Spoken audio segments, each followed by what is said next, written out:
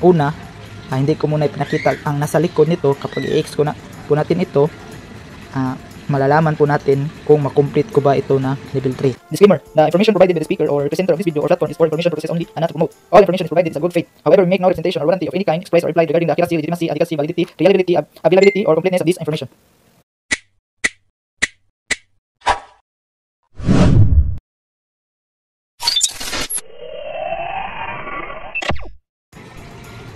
Hello guys, welcome back again to my channel. For today's video, we will have a very simple tutorial about this application na tinatawag na Tilego.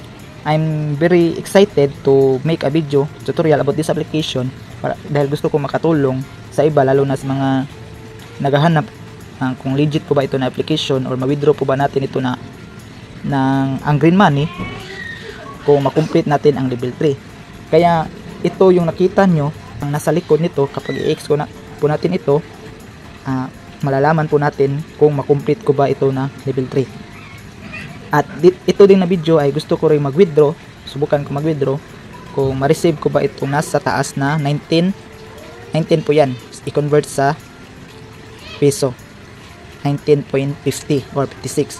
So ayan, i-X na po natin ito para makita natin kung ano ang nasa likod.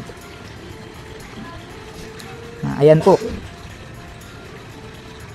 makikita po natin dito, level 3 po yan. Wait lang. Ayan, level 3 po yan. So, ito na po yung level 3. Makikita po natin dito, meron na lang pong 3 tiles dito. So, kaduda-duda, kaya pala hindi natin makomplete ang level na ito dahil madami pa lang hindi nakapares. Ayan. Yung pakwan, dalawa lang siya. Tapos yung iba wala ng mga pares.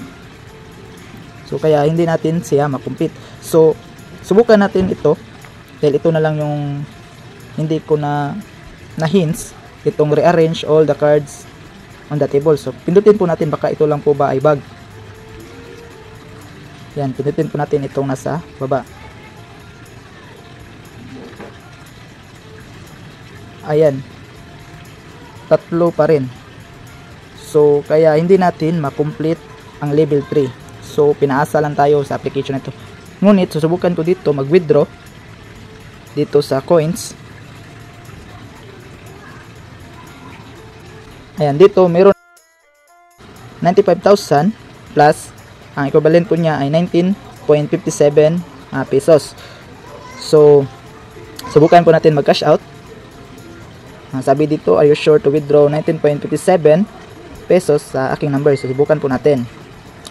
So kung legit ba ito, kahit legit po ito, ang review ko, ang rate ko nito ay 1. Pangit naman yung mga laro niya dahil hindi naman natin makomplete. Yan, cash out po natin. Wait lang, insufficient balance. Baka naglag lang, wait lang. Wait lang muna natin. Tingnan muna natin dito sa cash out history. So hintayin natin kung pumasok po ba ito sa ating GCash. Ayan po, na-receive ko na po yung 19.57 pesos sa aking GCash wallet. Ayan po yung text. You have received 19.57 pesos. So legit po siya, kaso nga lang hindi po tayo makakomplete sa level 3. Yun lang po, maraming salamat. God bless. Visit us my YouTube channel, Juni Agatano, and click subscribe and notification bell to keep you updated on my videos. The videos I upload about personal blog and finance. Thank you so much and God bless.